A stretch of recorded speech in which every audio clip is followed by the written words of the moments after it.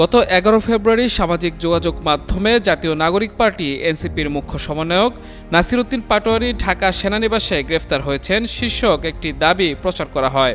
তবে রিউমার স্ক্যানারের অনুসন্ধানে জানা যায় ঢাকা সেনানিবাসে নাসির উদ্দিন পাটোয়ারিকে গ্রেফতারের দাবিটি সঠিক নয়। প্রকৃতপক্ষে কোনো তথ্য প্রমাণ ছাড়াই একটি ভুইফোর ওয়েবসাইট এবং ব্লগ স্পটের ফ্রি ডোমেন সাইটে প্রকাশিত কথিত প্রতিবেদনের বরাতে ভুয়া দাবি প্রচার করা হয়েছে। এ বিষয়ে অনুসন্ধানে ফেসবুকে উক্ত দাবিতে প্রচারিত কিছু পোস্ট পর্যবেক্ষণ করে সেগুলোতে তথ্যসূত্র হিসেবে একটি ব্লগ পোস্টের লিঙ্ক খুঁজে পাওয়া যায়।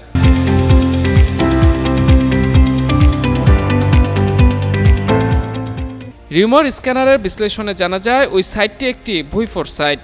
ওই সাইটে প্রকাশিত তথাকথিত প্রতিবেদনে দাবি করা হয়, রাজধানীতে পরিচালিত এক বিশেষ অভিযানে এনসিপির এক নেতার বাসা থেকে বিপুল পরিমাণ নগদ অর্থ উদ্ধার করা হয়েছে বলে দাবি করেছে আইনশৃঙ্খলা বাহিনী। অভিযানে এনসিপি নেতা নাসির উদ্দিনকে আটক করা হয় বলে সংশ্লিষ্ট সূত্র জানায়। আইনশৃঙ্খলা বাহিনীর দাবি অনুযায়ী অভিযানের সময় বাসার ভেতরে রাখা একাধিক বস্তার মধ্যে প্রায় ৮ বস্তা ভর্তি নগদ টাকা পাওয়া যায়। উদ্ধার করা অর্থের উৎস ও বৈধতা যাচাইয়ে তদন্ত শুরু হয়েছে বলে জানানো হয়েছে।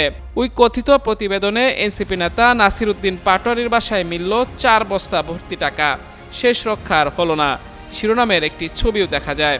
এর আগে গত জানুয়ারিতে একই তথ্য ভুয়া প্রমাণ করে ফ্যাক্ট চেক প্রতিবেদন প্রকাশ করেছিল রিউমার স্ক্যানার। প্রকৃতপক্ষে কোনো বিশ্বস্ত সূত্র ছাড়াই এবং সম্পাদিত ছবি ব্যবহার করে তখনও এই দাবি প্রচার করা হয়েছিল।